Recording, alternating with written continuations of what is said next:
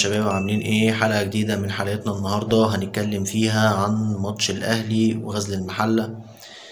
طبعا قبل ما نبتدي الفيديو ما ننساش ان احنا نعمل سبسكرايب للصفحة ولايك للفيديو عشان يوصل لنا كل جديد، وان احنا نفعل زر الجرس. نصلي على سيدنا محمد. بسم الله الرحمن الرحيم. ما ننساش ان احنا ندعي لاخواتنا في فلسطين، وندعي لاخواتنا في السودان ولبنان، كل الامة العربية رب العالمين، لان طبعا كلنا عارفين ان الفترة اللي جاية لسه حالة التهجير لسه بتتناقش من ترامب، واتمنى طبعا الايام اللي جايه تعدي على خير، وندعي لاخواتنا ان هم ان شاء الله ينصروهم على ما يتسموش باذن واحد احد. طبعا هنتكلم عن حاله الماتش. كلنا شفنا ماتش النهارده. النادي الاهلي كان سيء. طبعا تقييمي للنادي الاهلي النهارده كان سيء جدا جدا. احنا النهارده ما كناش عارفين نخرج بالكوره. طبعا اداء الشناوي من وجهة نظري، وهقيم كل لعيب واقول كل لعيب النهارده كان وظيفته كانت عامله ايه في الملعب. انا شايف ان الشناوي النهارده كان كويس جدا جدا جدا. اتمنى ان الشناوي يستمر على الاداء ده الشناوي اللي احنا نتمنى ان احنا دايما نكونوا شايفينه في الملعب. الشناوي النهارده شال كور كتير جدا. هو غلط غلطه بكل صراحه، انا كنت شايف انها ممكن تتسبب في جون. بس الكورة لما خرجت أو الشناوي لما خرج عشان خاطر يمسك الكورة، فبدل ما يمسك الكورة مسك الهوا، فبالتالي رامي الكورة تقريبا راحت لحد من الاتنين، رامي ربيعة أو عمرو السولية أنا مش فاكر. وكان المفترض إن هو يشتت الكورة، بدل ما يشتتها اداها اللعيب الغزل المحلة وكان هيسجل جون، بس ربنا ستر والكورة ما دخلتش جون. طبعا بالنسبة لثنائية الدفاع، أنا شايف إن طبعا ثنائية الدفاع النهاردة كان رامي ربيعة ومصطفى العش. الاتنين النهاردة من وجهة نظري ثنائية حدا ما هي كويسة. اتمنى ان انا اشوف اشرف داري.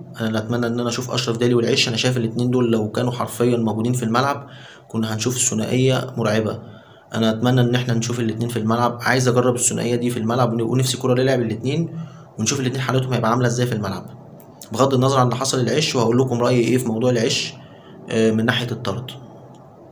بالنسبه لكريم الدبيس النهارده كان سيء من وجهه نظري، لكن جيد هجوميا. كريم الدبيس الراجل كان بيحاول ان هو يوصل الكوره. الراجل النهارده كان بيحاول ان هو بيعمل كرات طويله كويسه. لكن في برضو مشكله كبيره في الدبيس من الناحيه الدفاعيه، لان لعيبه غزل المحله لو كلنا خدنا بالنا من الماتش من الشوط الاول ان هم كانوا بيلعبوا على جبهه كريم الدبيس، وكان ممكن تتسبب في جون. حتى احنا ما كناش عارفين ان احنا نخرج بالكوره اصلا. لو كلنا خدنا بالنا من الشوط الاول ادائنا كان زي الزفت.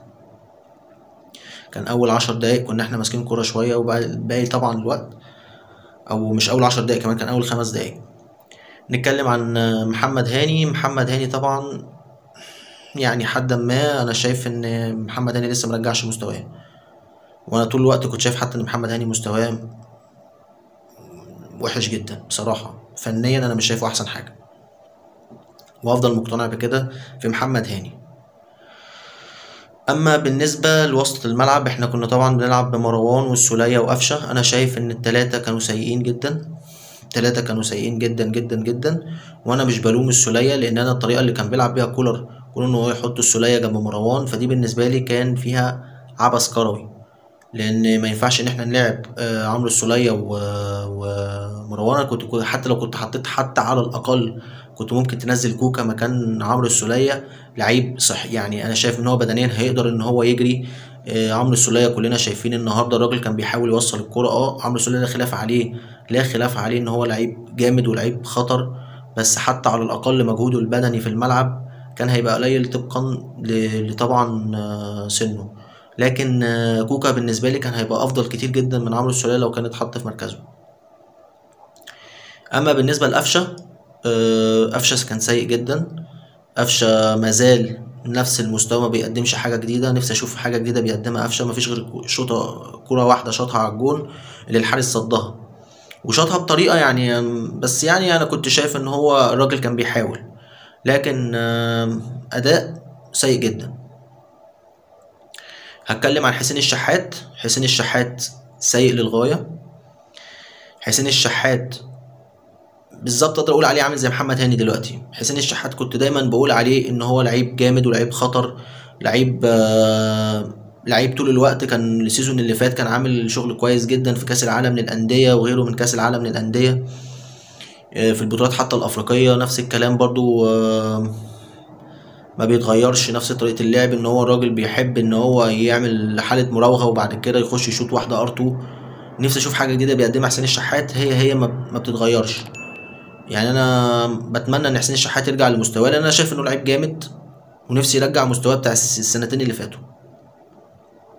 هتكلم طبعا عن امام عاشور، لا خلاف عليه، لا غبار على امام عاشور. امام عاشور النهارده كان من افضل اللعيبه اللي كانت موجوده في الملعب من وجهه نظري، مش عشان الجون والله ابدا، بل بالعكس. امام عاشور لعيب بيقدر ان هو ياخد الكوره ويلم لعيب في التاني في التالت، وده اللي احنا شفناه حتى لو في لحظه الاصابه. يعني في لحظه الاصابه اللعيب كان بياخد الكوره وبيجري وكان في مساحه، وقدر ان هو يخترق وخلاص على مسافه ان هو يجيب جون، بس شاط الكوره يعني بشكل وحش جدا، وقع على كتفه. واقول لكم حالته ايه بالمناسبه. امام عاشور هو كدمه بسيطه، مش اصابه. يعني امام عاشور الحمد لله كدمه بسيطه، مش اصابه يعني. موقف العش برضو على فكرة هو هيشارك عادي مش هيشارك في ماتش الإسماعيلي، لكن هيشارك في ماتش الزمالك. ومروان برضو ده أول إنذار ليه مروان عطية ده أول إنذار ليه في الماتش، وهيشارك عادي برضو بشكل طبيعي. جراديشار طبعا أنا ماليش كلام على الراجل، لأن الراجل طبعا يعني أنا ما أقدرش ألومه. الراجل جاب بشكل كويس جدا، والراجل مشي بإن هو قدر إن هو يحرز أهداف خاصة في ماتش صعب قدام بيراميدز، فشكل طبيعي جدا إن الراجل ممكن مستواه ينزل ماتش. لكن اكيد مش ده مستواه الطبيعي. هنشوف برضو جراديشار في الفتره اللي جايه، لكن انا من وجهه نظري جراديشار لعيب كويس جدا، وهيقدر ان هو يتميز في حاجات كتيره جدا لو استمر على الاداء ده جوه الملعب. ده بالنسبه للعيبه الاساسيه. نروح للعيبه البديله. اكرم، وطبعا كان اكرم ومين؟ اكرم وكريم وليد. طبعا كريم وليد انا بتمنى من اداره الاهلي انها تلحق تسوقه. يعني انا شايف ان اداره الاهلي تلحق تسوق كريم وليد. كريم وليد هيفضل طول عمره مش هيقدم لك حاجه جديده. انا ما عنديش مشاكل مع كريم وليد شخصيه، لان في ناس بتبقى فاهمه ان انا عندي مشاكل مع كريم وليد شخصيه. انا مشكلتي مع كريم وليد فنيه كامله، لكن انا شايف ان كريم وليد مش هيضيف حاجه للنادي الاهلي، بل بالعكس انا لو جبت اي لعيب تاني محلي مكان كريم وليد هيبقى افضل بكتير جدا منه. فانا شايف ان كريم وليد يتسوق في الميركاتو اللي جاي، وشكرا لحد هنا. يعني الراجل مش هيقدم حاجه جديده، والراجل خد فرصه، ده بيلعب من ايام حسام البدري وما كناش شايفينه حتى. اتكلم شويه عن اكرم. طبعا مازال انا من وجهه نظري، رغم حتى ان اكرم خلاص مش هيبقى موجود مع النادي الاهلي، اكرم كان طبعا تدخلاته الطبيعيه ان هو راجل كويس في التدخلات، كويس في استخلاص الكرات، ونفس الكلام في الاحتكاك. والراجل كان النهارده بيعمل ماتش كويس جدا. انا شايف ان اكرم توفيق لعيب كان كويس النهارده في الماتش، في الدقايق حتى البسيطه اللي لعبها، لان انا كنت خايف من فكره ان هو بينزل عشان خاطر يقضي وقته وخلاص وكده كده ماشي. لكن الراجل النهارده عمل ماتش كويس جدا، وشايف ان هو يستاهل ان هو يكمل في النادي الاهلي. لكن الراجل ليه وجهة نظر مختلفة بان هو حابب ان هو يكون موجود في الشمال القطري لظروفه المادية يعني. بس عادي، كده كده النادي الاهلي زي ما هو في طريقه، ما بيقفش على حد. النادي الاهلي يفضل طول عمره هو النادي الاهلي. ده باختصار اللي حبيت اتكلم عنه النهارده في الماتش. طبعا في كلام جديد عن احمد رضا طبعا لعيب انا شايف ان هو اتمنى ان هو كولر يلحق يشاركه. احمد رضا لعيب كويس جدا جدا على فكره، بيلعب في مركزين، بيلعب مركز السيرد باك وبيلعب برضه في مركز 6. فده لعيب انا من وجهه نظري اتمنى ان كولر يلحق يشاركه عشان يلحق حتى يعني ياخد مستوى شويه مع النادي الاهلي.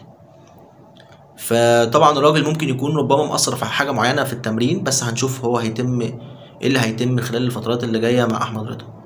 لكن انا اتمنى طبعا ان هو يحسن من مستواه في التمرينات عشان الراجل يلحق يشارك. انا عندي مشكله مع بعض اللعيبه، ان بعض اللعيبه من الصفقات الجديده لما بتيجي كولر طول الوقت عينه في التمرين على اللعيب، وبيشوف مين اللعيب اللي هيشارك معاه اساسي ومين اللعيب اللي هيركن فتره لحد ما بيجيب مستوى. منهم عمر الساعي على فكره. في لعيبه كتيره جدا بيبقى مركونه على الدكه، والراجل مضطر ان هو ما يشاركش اللعيبه دي علشان خاطر مستواه الفني مش احسن حاجه. الراجل طبعا مش قاصد ان هو يرخم على اللعيبه، او مش قاصد بمعنى صح ان هو يجي على اللعيبه، قد ما هو يهمه مصلحه الفرقه. لان مع كامل احترامي انت النهارده لعيب، انا لما اقدرش اشاركك على حساب نظرتي الفنيه، لان انا لو عملت ده هبقى انا بخسر كتير جدا. منهم ان انا هخسر مستوى فرقتي في الملعب، فهنشوف الفترة اللي جاية أحمد رضا ناوي على إيه. وطبعا لحد دلوقتي ده اللي أكتفي بيه، وطبعا بعتذر لكل الناس إن أنا ما قدرتش أطلع خلال الفترات اللي فاتت، طبعا بس عشان طبقا لظروف صحية مش أكتر. فأتمنى طبعا من كل إخواتي وحبايبي منسوش إن هما يعملوا سبسكرايب للصفحة ولايك للفيديو عشان يوصل لهم كل جديد. أستودعكم الله، السلام عليكم.